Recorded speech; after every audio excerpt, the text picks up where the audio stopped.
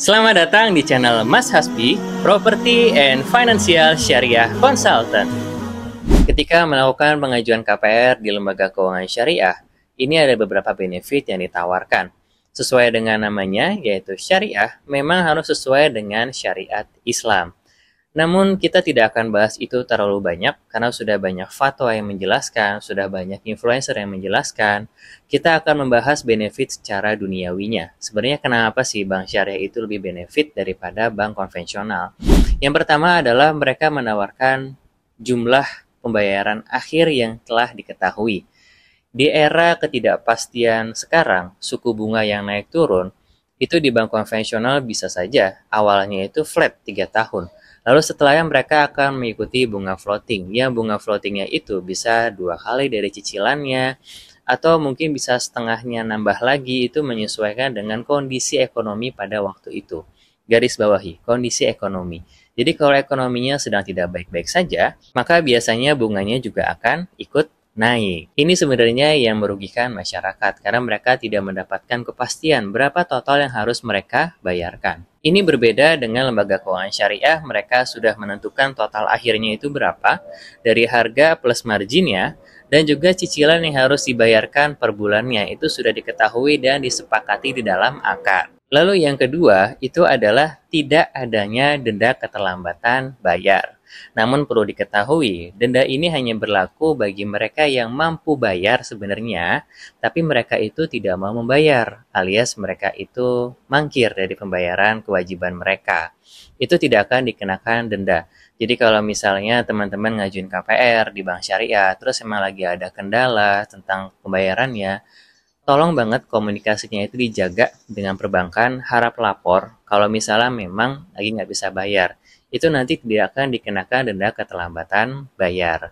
Ini adalah sebuah bentuk relaksasi dan memang ini yang sangat dianjurkan di dalam Islam agar si denda ini tidak dikenakan ketika memang benar-benar tidak mampu bayar. Lalu selanjutnya adalah kalau misalnya nasabahnya sudah tidak bisa melanjutkan pembayarannya, itu ada win-win solution yang akan ditawarkan.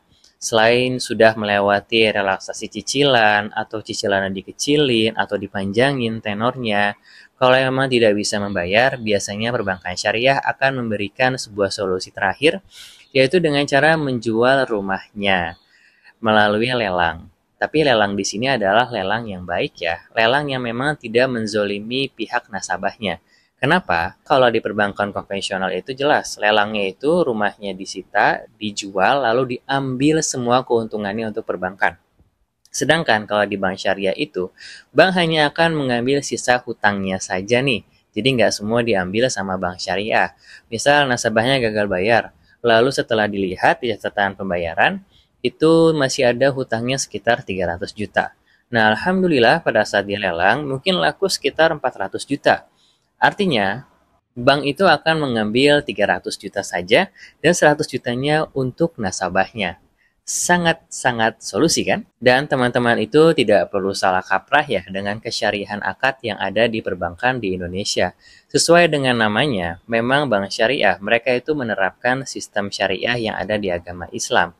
Namun beberapa masyarakat itu terkena stigma bahwasannya bank konvensional dengan bank syariah itu sama saja.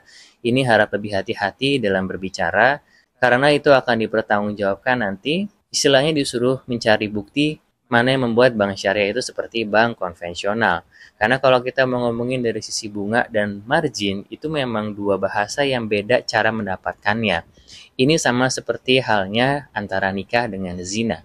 Kalau nikah itu jelas ada akadnya, dan akad ini adalah akad yang sesuai dengan syariat.